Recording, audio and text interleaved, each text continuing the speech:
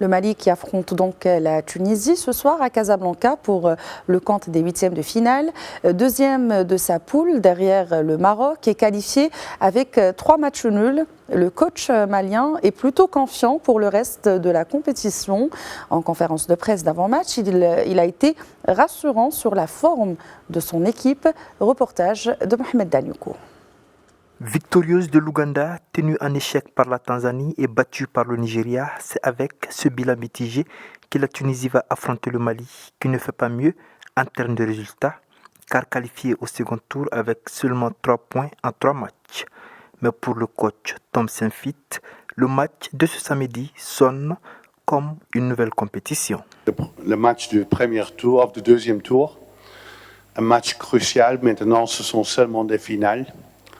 Tu gagnes, tu restes, tu perds, tu pars. Et on joue contre une équipe, pour moi, très forte. La Tunisie, c'est... avant le tournoi, je dis les 4 pays de l'Afrique du Nord sont pour moi des favoris pour le titre. Le plus grand favori, c'est le Maroc. Si pour le coach Tom Saintfiet, le Maroc est le grand favori de cette CAN, avoir fait un match nul avec cette équipe des Lions de l'Atlas démontre que les aigles du Mali ont les armes pour gagner ce combat des aigles. Et ça va être un match difficile, mais on a prouvé sûrement contre le Maroc qu'on peut être compétitif. On n'a pas gagné un match et ça a frustré. Mais demain, tout le monde sait qu'on a besoin d'une victoire. On a 90 minutes, on a 120 minutes et quand c'est nécessaire, on a des pénaltys.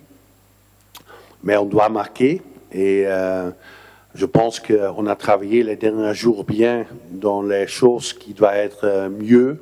Tout comme le coach, le jeune milieu de terrain, Mamadou Sangari, estime que lui et ses coéquipiers sont prêts. On sait que ça ne sera pas un match facile.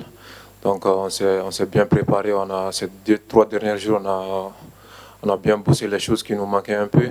Si le Mali s'impose, il va croiser en quart de finale l'équipe victorieuse du match entre le Sénégal et le Soudan.